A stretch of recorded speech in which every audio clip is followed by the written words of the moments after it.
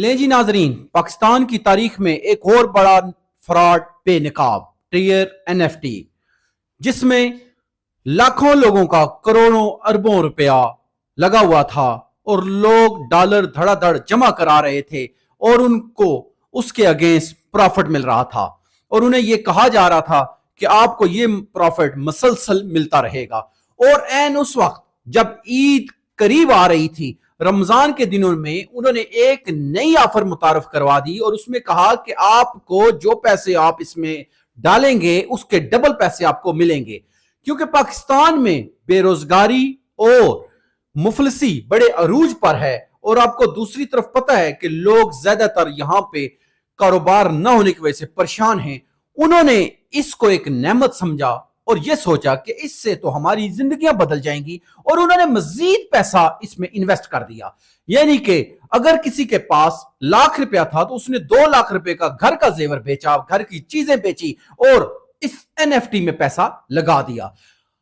आखिर क्या हुआ, एक रात जब लोग सोए और सुबह उठे तो उन्हें पता चला कि एक ऐप के मैसेज के जरिए बताया गया कि ये एनएफटी की जो साइट है वक्ती तौर पे बंद कर दी गई है चंद घंटों के लिए और कुछ टाइम के बाद इसको खोल दिया जाएगा। लेकिन यह नहीं बताया गया कि इसका टोटल टाइम कितना होगा जिसमें यह बंद रहेगी।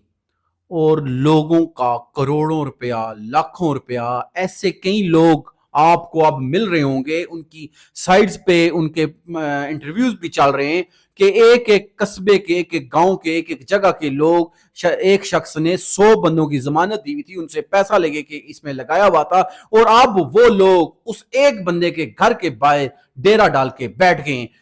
और मैंने यहां पे एक ये भी बात देखी है कि जब तक लालची लोग जिंदा रहेंगे और उस वक्त तक ठग हमेशा लूटते रहेंगे। इस बार भी ऐसा हुआ कि लालची लोगों ने लालच की और ठगों ने अपना काम कर दिखाया।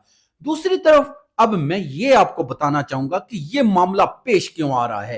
ये पाकिस्तान की तारीख में पहली बार नहीं हो रहा है। इससे पहले मुजारबा केस पूरी दुनिया को पता है, जिसमें अरबों के हिसाब से लोगों को नुकसान हुआ, जिसमें उलमा भी शामिल थे, जिसमें मुफ्तियाने कराम भी शामिल थे, जिसमें दुनियादार और दीनदार सब लोग शामिल थे। इस तरह के मजीद भी इसमें स्कैम हो चुके हैं। मेरे दोस्तों भाइयों, जो मुझे इसकी बुनियादी वजह समझ आती है वो ये आ रही है कि जहां पे बेरोजगारी अरूज पे होती है, जहां पे कारोबार, लोगों की मैशत नहीं चल रही होती है, लोगों के घरों के निजाम नहीं चल रहे होते हैं, उस वक्त लोग लालच की तरफ रगबत रखते हैं। और मैं ये समझता हूं इस सब मामलात के पीछे भी अगर देखा जाए तो गवर्नमेंट और हमारे जो जितने भी लीडर हैं ये जिम्मेदार होते हैं, क्योंकि ये इस नज पे आवाम को ले आते हैं, इस कदर गिरा देते हैं आवाम के लोगों को कि वो लोग रिस्क लेने पे आमादा हो जाते हैं। मुझे एक बात बताएं, एक बंदे का घर का सिलसिला अच्छा चल रहा हो, 2 लाख 3 लाख रुपया आमदन हो, तो उसको क्या जरूरत है किसी भी ऐसी जगह पे पैसा लगाए जहां पे उसे ये पता ही ना हो कि इसकी आउटपुट मुझे क्या मिलेगी। और ये सिर्फ इसमें नहीं हो रहा, प्रॉपर्टी के कामों में भी हो रहा है। ये जो बड़े बड़े बिल्डर्स के नाम पे आपको लोग पागल बना रहे हैं, आपने देखा है कई बिल्डर्स इस टाइम तक करोड़ों अरबों रुपए का फ्रॉड करके भाग चुके हैं और मार्केट में से पैसा लेके गायब हो चुके हैं। और उसकी भी बुनियादी वजह यही बनती है कि वो उसे कहते हैं, लोगों को कहते हैं कि आप हमारे साथ पैसा लगाएं, हम आपको इसका रिटर्न देंगे, और रिटर्न देते भी हैं। अगर फर्ज करें एक बंदे ने 50 लाख रुपया लगाया है, उसको 1 महीना पैसा आएगा, 2 आएगा, तीसरा आएगा। जब 3-4 माह गुजरते हैं तो फिर कहते हैं भाई हमारे साथ तो फ्रॉड हो चुका है। ऐसे ही गाड़ियों की फील्ड में भी है। गाड़ियों की फील्ड में कई शोरूम्स के मालिकान लोगों को कहते हैं कि भाई आप हमारे साथ पैसा लगाएं।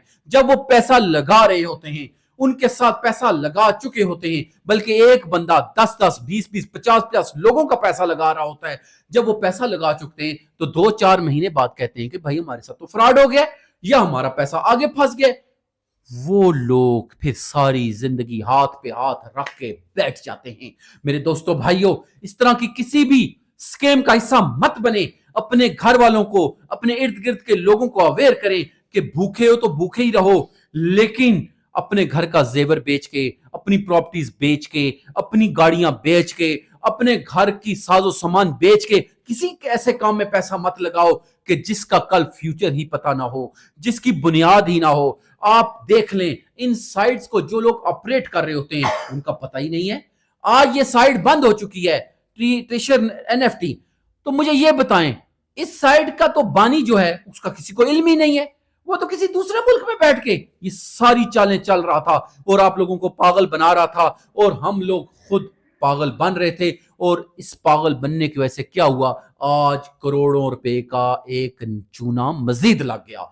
जहां पे पहले बहुत से स्कीम हमारे पाकिस्तान में हो चुके हैं, वहां पे आज एक मजीद स्कीम भी हो गया है। मैं तो लोगों पे भी हैरान हूं कि यार तुम लोगों को जरा अकल नहीं है, तुम्हें शऊर नहीं है।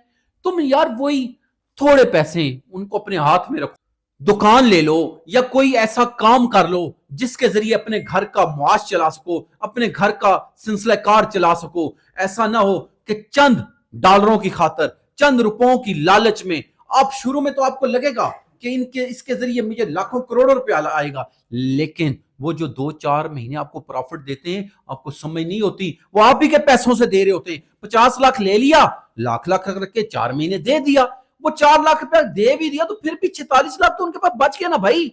वो 44 लाख आपका वो उड़ गया, आपको समझ नहीं आई। मेरे दोस्तों भाइयों, इस टाइम मैं देख रहा था लोग रो रहे हैं, लोग परेशान हैं। कोई कहता है मैंने कर्जा लिया हुआ था, कोई कहता है मुझे अब ड्रिपें लगी हुई है, मैं हॉस्पिटलों में पड़ा हुआ हूं। क्यों? लोग बेचारे पहले ही कर्जे लेके लोगों को नए नए बहाने और बाग दिखाते हैं, वो बाग दिखा के उनसे पैसा लेते हैं और इन लोगों के साथ पैसा लगाते हैं। वो जब फ्रॉड करने वाले भाग जाते हैं तो उसकी जद में एक बंदा नहीं आता, बल्कि उस इलाके के कई सौ के हिसाब से लोग आ जाते हैं।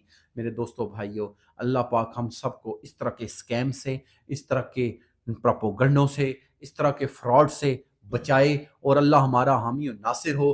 अल्लाह पाक इन ये जितने भी ठग हैं, जितने भी दगाबाज हैं, इनको अल्लाह हिदायत दे। ऑलरेडी पाकिस्तान में लोग बहुत मजबूर हैं, बड़ी मुश्किल से अपनी गुजर बसर करते हैं, अपनी दाल रोटी कमाते हैं, और दूसरी तरफ एक फ्राडिया आता है, लोगों को लालच देता है, लोगों के घर बिकवाता है, लोगों के जेवर बिकवाता है, लोगों का जितना भी प्रॉपर्टी है, गाड़ियां हैं, सब कुछ फरोख्त करवाता है और उनको कर्जों के नीचे करके भाग जाता है। अब मुझे बताएं ऐसे हालत में हम क्या करेंगे?